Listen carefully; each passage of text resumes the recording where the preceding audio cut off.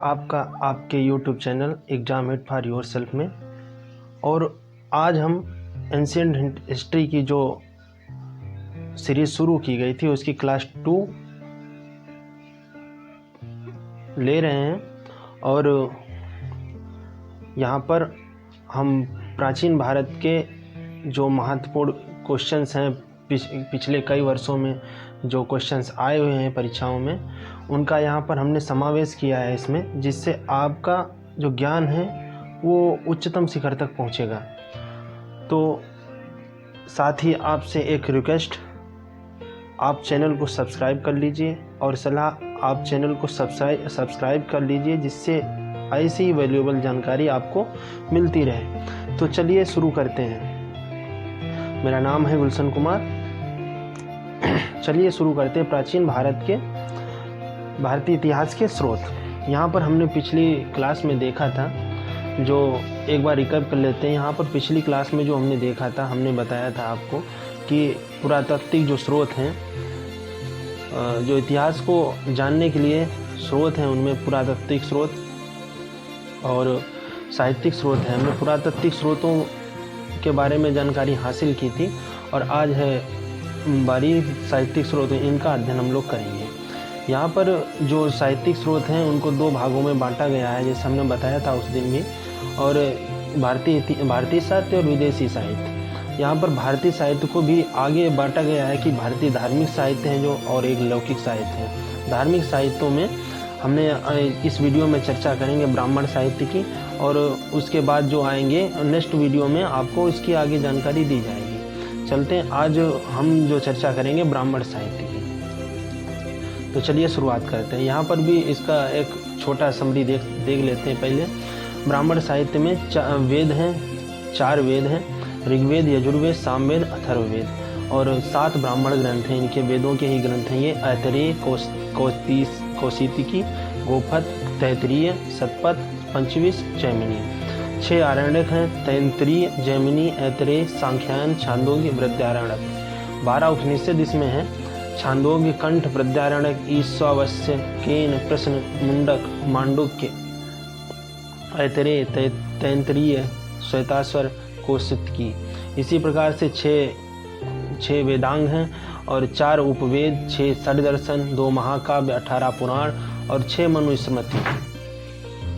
6 स्मृति हैं, जिसमें मनु स्मृति, नारद स्मृति, याज्ञवल्क्य स्मृति, पराशर स्मृति, बृहस्पति स्मृति, कल्याण स्मृति। इस प्रकार से ये ब्राह्मण ग्रंथ यहाँ पर पूरे होते हैं। चलो हम इनकी अब विस्तृत जानकारी, कुछ महत्वपूर्ण प्रश्न जो पिछली परीक्षाओं में पूछे गए उन पर एक चर्चा करते हैं। यहाँ पर हम साहित्यिक स्रोत लेकर चल रहे हैं, आपको पता है जैसे। यहाँ पर हमने जो ब्राह्मण साहित्य के बारे में चर्चा करेंगे। वेद हैं, जो वेद क्या होते हैं? वेद ब्राह्मण साहित्य का सबसे प्राचीन ग्रंथ है। वेद ब्राह्मण साहित्य का सबसे प्राचीन ग्रंथ है।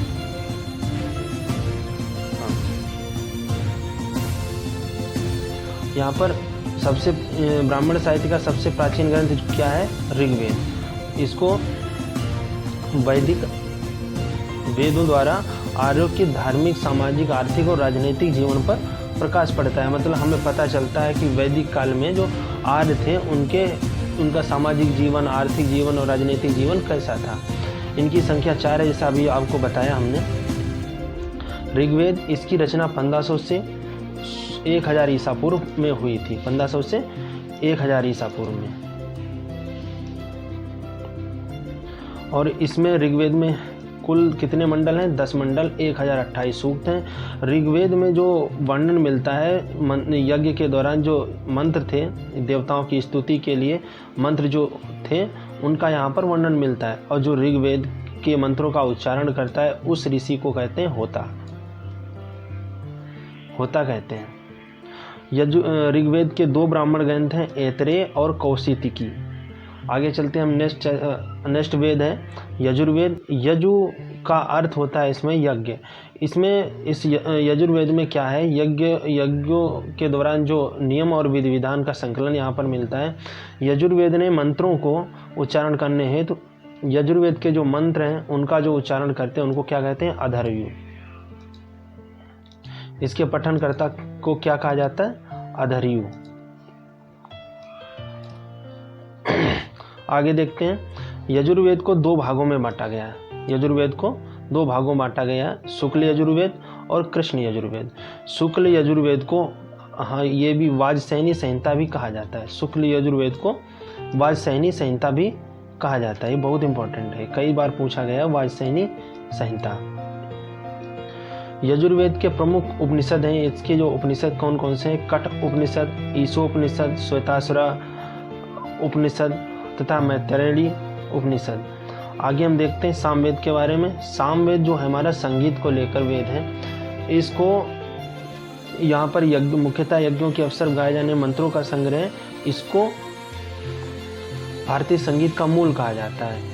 यहाँ पर साम जो सामवेद है, साम का शाब्दिक अर्थ है गान। ठीक है, तो आगे देखते हैं सामवेद के बारे में। सामवेद में जो मुख्यतः सूर्य देवता की मंत्र हैं, इन सामवेद के मंत्रों को गाने वाला उद्गाता कहलाता है। क्या कहलाता है? उद्गाता। इसके जो ऋषि इसको पढ़ते हैं, गाते हैं, उनको उद्गाता कहलाता है। यहाँ पर आगे देखते हैं प्रमुख उपनिषद जो इनके हैं। छांदोग्य उपनिषद, सामवेद का उपनिषद कौन सा है? छांदोग्य। और जमिनी उपनिषद। और ब्राह्मण ग्रंथ इसका कौन सा है? पंचवीस। अथर्ववेद में इसमें 731 सूक्त, 20 अध्याय और 6000 मंत्र हैं। अथर्ववेद को ब्रह्मवेद भी कहा जाता है। अथर्ववेद में परीक्षित को कुरुओं का राजा कहा गया है। मतलब ये पिछले PYQ है। ये अथर्ववेद में राजा परीक्षित जो थे, उनको कौरवों का राजा बताया गया है। इसमें क्या है, अथर्ववेद में किस चीज़ का वर्णन वो देखते हैं। ब्रह्म ज्ञान, धर्म, समाज निष्ठा, औषधि प्रयोग, रोग निवारण, मंत्र, जादू टोना, अनेक विषयों का इत्यादि अनेक विषयों का इसमें वर्णन किया गया। आगे देखते हैं, अथर्ववेद है जो इसका एकमात्र ब्राह्मण ग्रंथ है गोपद। अथर्ववेद का ब्राह्मण ग्रंथ क्या है? गोपद। इसके जो उपनिषद हैं, मुंडकोपनिषद, प्रश्नोपनिषद, मांडुक्योपनिषद, ये इसके अथर्ववेद के उपनिषद हैं। हमने वेद देख लिया, अब आगे ब्राह्मण ग्रंथ के बारे में चर्चा करते हैं। ऐतरेय ब्राह्मण जो क्वेश्चन पूछा जाता है, कई बार आया है। ऐतरेय ब्राह्मण में राज्याभिषेक के नियम तथा प्राचीन अभिषेक राजाओं के नाम दिए गए हैं। मतलब जिनका प्राचीन पहले अभिषेक हुआ है, राज्याभिषेक, उनके नाम यहाँ पर ऐतरेय ब्राह्मण में मिलता है। शतपथ ब्राह्मण में गांधार, शल्य, कुरु, ये गुरु नहीं कुरु है यहाँ पर, कुरु, पांचाल, कौशल, विजय आदि राज्यों का उल्लेख यहाँ पर मिलता है। इसके बाद आता है आरण्यक। आरण्यक क्या होता है? जंगल में पने जाने के कारण इन्हें आरण्य कहते हैं, क्योंकि आरण्य माने होता है जंगल। यहाँ आरण्यक, जंगल में पढ़े जाने के कारण उन्हें आरण्यक कहते हैं। आरण्यक कितने हैं? कुल 7 आरण्यक हैं। ऐतरेय, सांख्यान, तैतरीय, मैत्रायणी, माद्यादिन, विद्यारण्यक, तलवकार और छांदोग्य, ये 7 आरण्यक हैं। उपनिषद के बारे में हम आगे देखते हैं। उपनिषद जो हैं आरण्यकों के ही पूरक होते हैं तथा भारतीय दर्शन के प्रमुख स्रोत हैं। वैदिक साहित्य के अंतिम भाग होने के कारण इन्हें वेदांत भी कहा जाता है। क्या कहा जाता है? वेदांत। जो हमारा नेक्स्ट फैक्ट है, ये बहुत पूछा गया कि सत्यमेव जयते किस उपनिषद से लिया गया है, ये क्वेश्चन बनता है। तो यहाँ पर ये भारत का राष्ट्रीय आदर्श वाक्य भी है, मुंडको उपनिषद से लिया गया है ये। और उपनिषदों की संख्या कितनी है? कुल लगभग 108 उपनिषद माने जाते हैं। ठीक है, वेदांग इनकी संख्या 6 है। शिक्षा, कल्प, व्याकरण, निरुक्त, ज्योतिष और छंद, ये 6 हैं, 6 वेदांग हैं।